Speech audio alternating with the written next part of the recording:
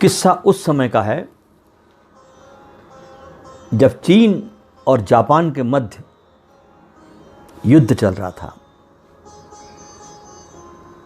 चीनी सैनिक बड़ी संख्या में हताहत हो रहे थे, मारे जा रहे थे, घायल हो रहे थे और घायल सैनिकों को इलाज मिलना मुश्किल हो रहा था,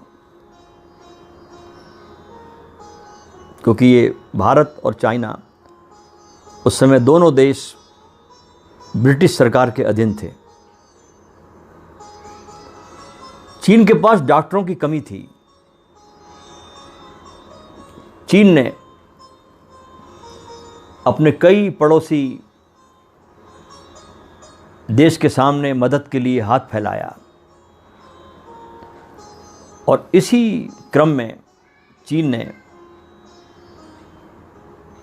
उस दौरान ब्रिटिश भारत की ओर भी उम्मीद भरी नज़रों से देखा, बहुत आशाओं के साथ।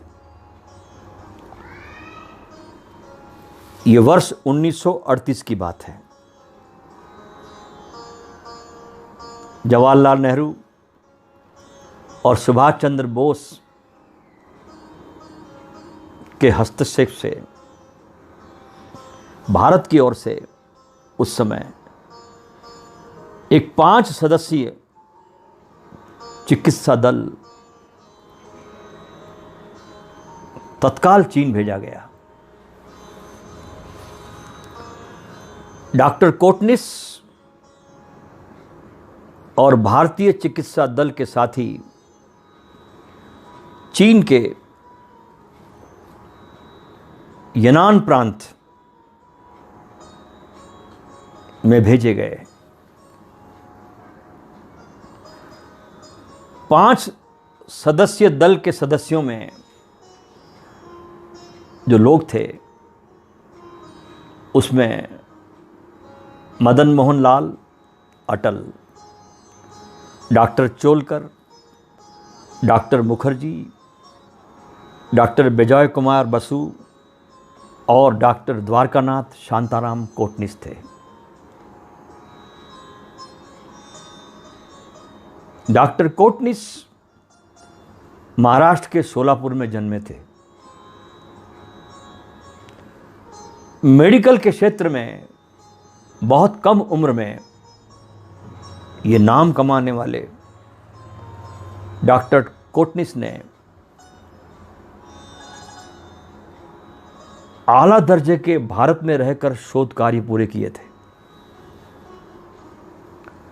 और जब उन्हें अपनी पढ़ाई को वास्तव में चरितार्थ करने का मौका मिला तो वहां भी उन्होंने अपनी योग्यता और अपना सरोकार दोनों साबित किए। अपने पिता को मनाकर वे चीन के लिए निकल गए।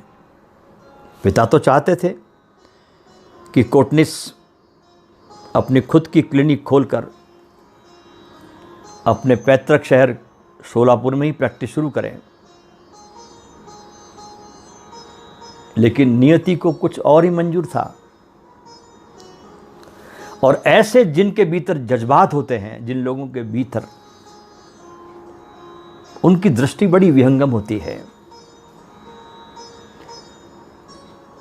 और ये चूंकि पंडित नेहरू से बहुत प्रेरित थे डॉक्टर कोटनिस,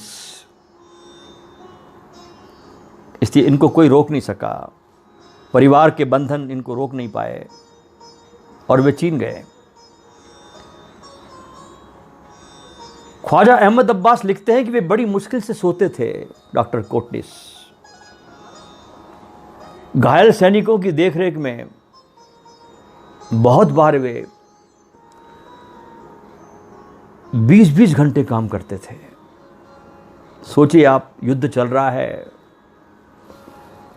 बमों की वर्षा हो रही है और उस बीच भारत के चिकित्सा दल का कार्य करना,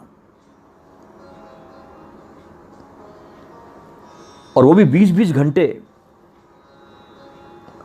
उनके सहयोगी डॉक्टर उनके लगातार काम में मशगूल रहने से बहुत उनके डॉक्टर भी चकित थे।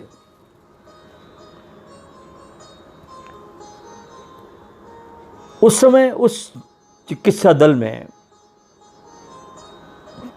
चीनी सैनिकों की इलाज की सहायता में, इनके जो 5 डॉक्टरों के दल थे, तो इसमें कोई सहायक भी चाहिए, कोई नर्स।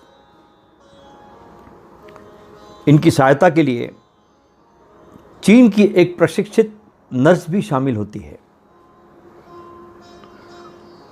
नाम था गुओ किंगलिन।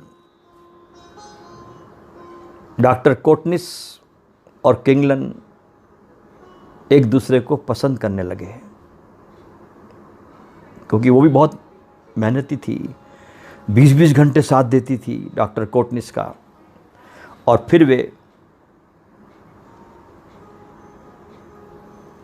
विवाहित हुए, दोनों ने शादी की। लेकिन वक्त फिर करवट लेता है कि उस समय, जैसे आज भारत में कोरोना का वायरस फैला हुआ है, बहुत रहस्यमय, इस छोटे से वायरस ने सारी दुनिया को नतमस्तक कर दिया है, सारे चक्के थम गए हैं। ऐसी बीमारी चीनी सैनिकों में एक संक्रामक वायरस की खतरनाक बीमारी वहां फैलने लगती है, और भारतीय डॉक्टरों का चिकित्सा दल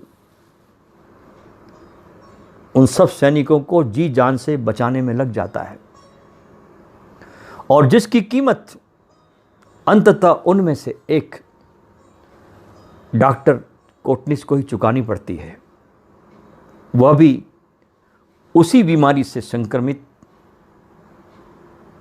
हो जाते हैं, क्योंकि उस वायरस की वैक्सीन बनाने की का डॉक्टर कोटनिस कोशिश कर रहे थे, और जिसका परीक्षण उन्होंने उस वैक्सीन का खुद पर करना शुरू कर दिया था, वह अंततः अपने मकसद में तो कामयाब हो जाते हैं, वैक्सीन सफल हो जाती है। उनके द्वारा बनाई गई वैक्सीन संक्रमित सैनिकों को बहुत तेजी से ठीक करने लगती है, लेकिन इस बीच उनकी खुद की जान चली जाती है। 9 दिसंबर 1942 को जब उनकी मृत्यु हुई, तब उन्हें चीन में आए हुए लगभग 4 साल हो गए थे। उनके पीछे उनकी पत्नी किंगलन थी और उनका एक 9 महीने का बेटा, जिसका नाम था यन हुआ। अपने बेटे के इस नाम को रखने के पीछे भी डॉक्टर कोटनिस का एक संदेश छुपा हुआ था, जो आज हिंदुस्तान और चीन को याद करना चाहिए। ये नाम उसके बच्चे का दोनों देशों के नाम को एक साथ लिए जाने का प्रतीक है। डॉक्टर कोटनिस की मृत्यु का शोक उस समय चीन की साम्यवादी पार्टी के नेता माओ से तुंग ने भी मनाया था। चीन ने भारत की मदद को कभी भुलाया नहीं। इसके बाद 5 साल तक घायल चीनी सैनिकों का इलाज वो 4 भारतीय डॉक्टर करते रहे। अगस्त 43 में डॉक्टर बेजय कुमार बसु भारत लौट आए, और उनके वापस आते ही भारत का चिकित्सा मिशन चाइना में समाप्त हुआ।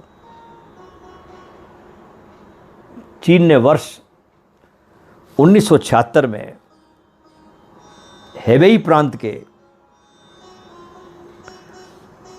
शिजिआजुआंग शहर में स्थित नॉर्मन बेथुन इंटरनेशनल पीस हॉस्पिटल में डॉक्टर कोटनिस के नाम पर एक बहुत बड़ा स्मारक हॉल का निर्माण करवाया।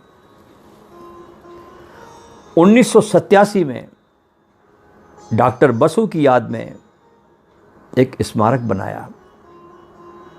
इस मिशन के 50 साल पूरे होने के अवसर पर